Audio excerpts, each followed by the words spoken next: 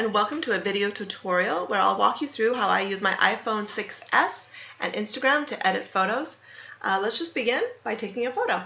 As you can see here, I am actually in my office. I do live in Scotland, so it's really pretty out my window right now, as you can see.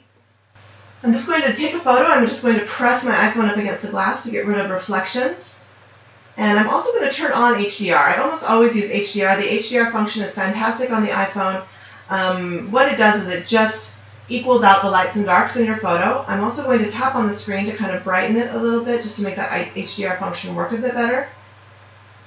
When I get kind of the brightness that I want, I'm going to take a photo. From there, I'm going to close out of this and I'm going to go into Instagram. And Instagram is going to open up. I'm going to click the plus in the middle to go into edit.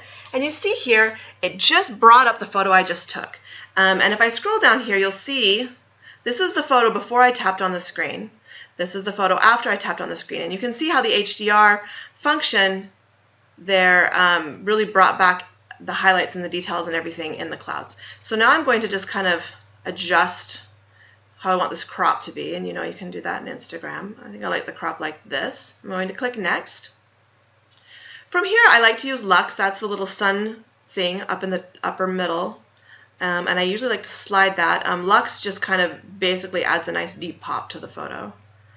I'm going to click done, and then I'm going to go into edit, and from there I'm going to click on structure because I like structure. It adds, it separates your highlights and your shadows a bit more. It adds some sharpening. I'm going to click done, and then I like to add warmth. Usually when you take photos outside, they tend to be quite blue. Warmth adds a little bit of warming to the photo. It adds a little bit of orange, basically. We can tell this is still kind of a bit bright there in the grass, and if I'm concerned about that, I can come in here to brightness and kind of decrease that a bit. For now, I'm going to leave it, just because if I add a filter, filters tend to darken the photos anyway. The other thing I could do if I was curious, if I wanted to, I could come into shadows and darken or brighten shadows this way as well. I think I'm going to leave that for now. Instead, I'm going to go into the filter and see what that does. Now, I do have some favorite filters. I really like Mayfair. I really like Cross Pro 2. I really like Lo-Fi, and I really like Hefe. In this instance, Hefe looks pretty good.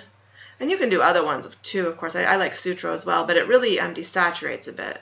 Though it is looking pretty good here today. One of the ways you can get around Sutro's desaturation is to go back into edit and increase the saturation.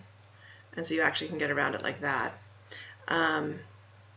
The other nice thing here is that it's really easy to go back and undo what you want. You can just move things back, and I can come back into filter and decide I don't want to do Sutro, I want to do, let's try Mayfair. And then I can slide the opacity of this. I do feel like it's still a little bit bright. So I'm going to go back into edit, and I'm going to go to brightness, and I'm actually going to pull it down just a little bit.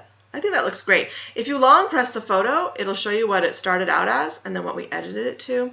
One of the other nice things that Instagram offers, if you click the back button up here in the upper left, you have the option to save your draft. And this is something that I do quite frequently, where you can see I have drafts saved here of different things that I've worked on. And it's a great way to save your work. And so if I have a little bit of time, I may edit some photos as I'm waiting for something. Let's do one more, shall we? Let's go to this photo here. This is one I took out my window the other night when it was really, really pretty sunset. And you can adjust it. I think I kind of like the crop maybe kind of like this. So then I'm going to click next, and it's just kind of the same thing.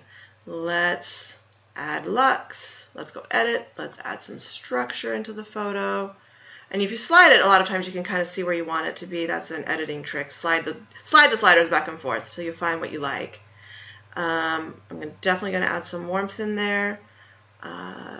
One of the other tricks I like to do in these sort of photos, I go into color here. And you notice with color, basically what it will allow you to do, you see a ring of colors along the bottom here, and you can add those colors into your shadows or into your highlights. Because the sunset is a highlight, I can add some pink in there. Now obviously that's too much, but I can slide it until I get kind of the right amount so it doesn't look too fakey. I'm just enhancing what was there, not actually adding to what was there.